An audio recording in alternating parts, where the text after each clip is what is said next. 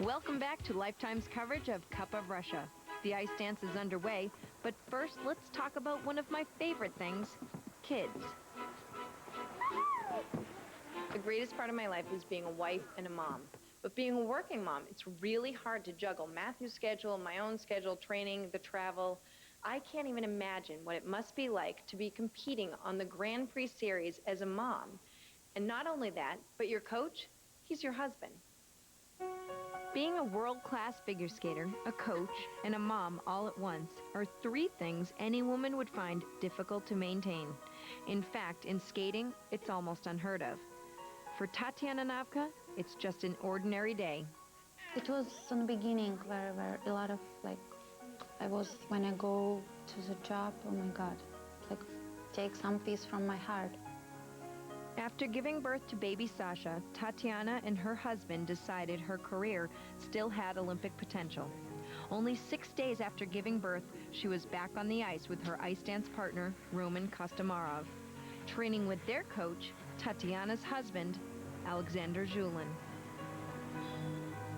I'm trying to find this balance, and to Roman don't feel like always trying to find his mistakes. That's probably why, unfortunately for Tatiana, I make her life more difficult, and I probably sometimes make, more corrections to her. Meeting the demands of competition, coaching her own students, and being a mom may seem physically exhausting. I'm really tired sometimes, but when I came home, I see her face, and it's really magic, she's a magic. I call her magic. It makes our life easier because now we more understand this is just sport. Mm-hmm. Beautiful sport, excellent sport, but also we understand the main thing right now sitting at home. But what about their relationship? It's not easy, but it's both ways. It helps, it's of course difficult. Very good for result. We talk about it all 24 hours a day, which is not good for sleep. For to be husband and wife. When Tatiana was pregnant, and she was probably the best part of our life because we so love each other, and we so I think we never did get the second chance with sure such a great couple. And I want a second baby.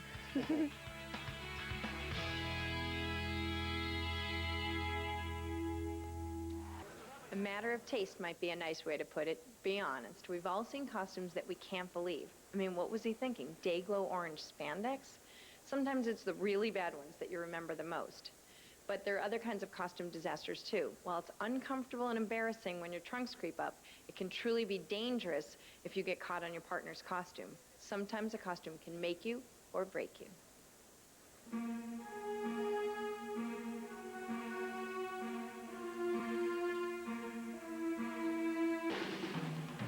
Clothes, no matter where it is, whether you're on the street, whether you're at the dinner table, or whether you're in a skating production, are exceedingly important. I think costuming is huge. You have to pick a costume that works with the skater's body, and works with the music, but isn't so overpowering that it's like, oh my gosh, what's he wearing? Skating costumes today, I think, are going way over the top, especially in ice dancing. You can hardly even see the skater's body through all of the cloth going all over the place, and it's very distracting to the number. Sometimes the concept gets you in trouble. In 1991, Liz Punslin and Jared Swallow won nationals with their race car program, but many thought it was their costumes that really looked like a car wreck. And this year, German ice dancers Winkler and Losa have picked up the great tradition of not knowing when enough is enough. Costumes are supposed to enhance the program. They're there to tell the story and to enhance your body line, and it's a fine line to do it right. Sometimes, if there's just too much costume, you run into the risk of losing some of it, as Barbara Fruzzapoli and Maurizio Margaglio did a few years ago in the 2000 Cup of Russia. But even worse, get like Genoa did at the World Championships in 1904, or like Tatiana and Keenan just last year. was very unacceptable, and because we used that costume many times, and when I fell on the triple toe, the sleeve, it got wet, and it got a little bit wider than usually, not really tight. And when I took Tatiana's leg, the piece of material stuck in her boot. So what's the most important thing about costumes? It has to be comfortable. And no extra Material. material. Ultimately, what matters the most is confidence. After all, fashion sense is subjective. A lot of people thought that Ilya Kulik's costume at the 1998 Olympic Games in Nagano was a difficult one, and I thought that was wonderful. I mean, it didn't distract from anything. It was quite unusual, and I remembered it. So maybe there really is no true costume disaster. That's what skating is all about. Difference of opinions and having fun with it. So go for it, do whatever you like, and don't listen to me.